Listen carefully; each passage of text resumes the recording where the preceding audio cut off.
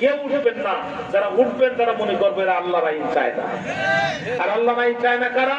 ওয়ামান লাম ইয়াহকুম বিমা আনজালাল্লাহ ফাউলাইকা হুমুল কাফিরুন। আল্লাহ বলছে যারা চায় না আল্লাহর পক্ষ থেকে যা নাজিল হয়েছে এই কোরআনের বিচার প্রতিষ্ঠিত হোক, এই বিচার যারা চায় না এরা পৃথিবীর মানুষের আদমশুমারিতে হতে পারে ইমানদার, আমি আল্লাহর কাছে ওরা কাফেরদের সর্দার। কোরআনের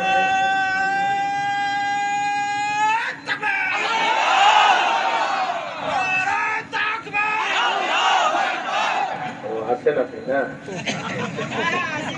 লাইন ভালো আছে তাই না? আল্লাহ পাক বলেন ওমান লাম ইয়াহকুম বিমা আনজালাল্লাহ ফাউলাইকা হুমুল ফাসিকুন।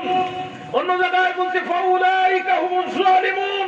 কোরআনের বিচার যারা চায় না, যারা প্রকাশ্যে বলে আমরা কোরআনের শরিয়া আইন মানি না, এরা হয় কাফের, তারা হলে জালেম, তারা হলে ফাসিক।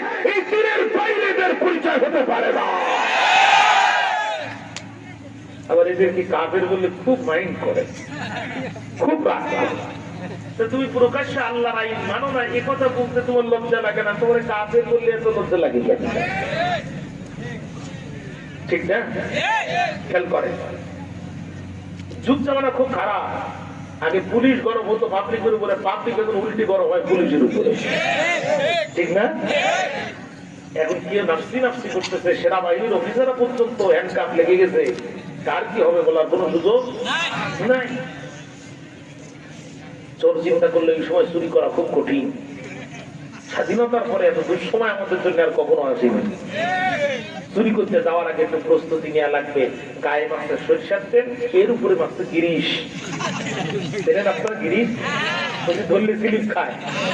এখন শীত যখন কাটছে বাড়ির মালিকের ঘুম ভেঙে গেছে, বাড়ির মালিক বলছে সব ব্যবস্থা করতেছে। যেই না চোর ঢুকছে মালিক চোরের হাত আটকায় দিচ্ছে। ওর হাতে যে গিরিশ মাখা ছিল ও স্লিপ খেয়ে চলে গেছে।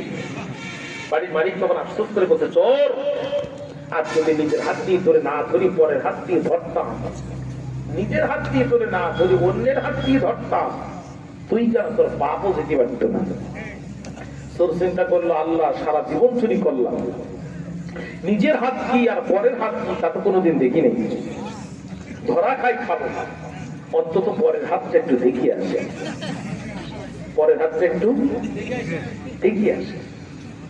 এখন যখন চোর আবার ব্যাক করছে তখন বাড়ির মালিক টেবিলে ড্রাগ টান দিয়া প্লাস বাহির করছে। প্লাস চেমটি চেমটি সারাশি সারাশি, চিনেন তো?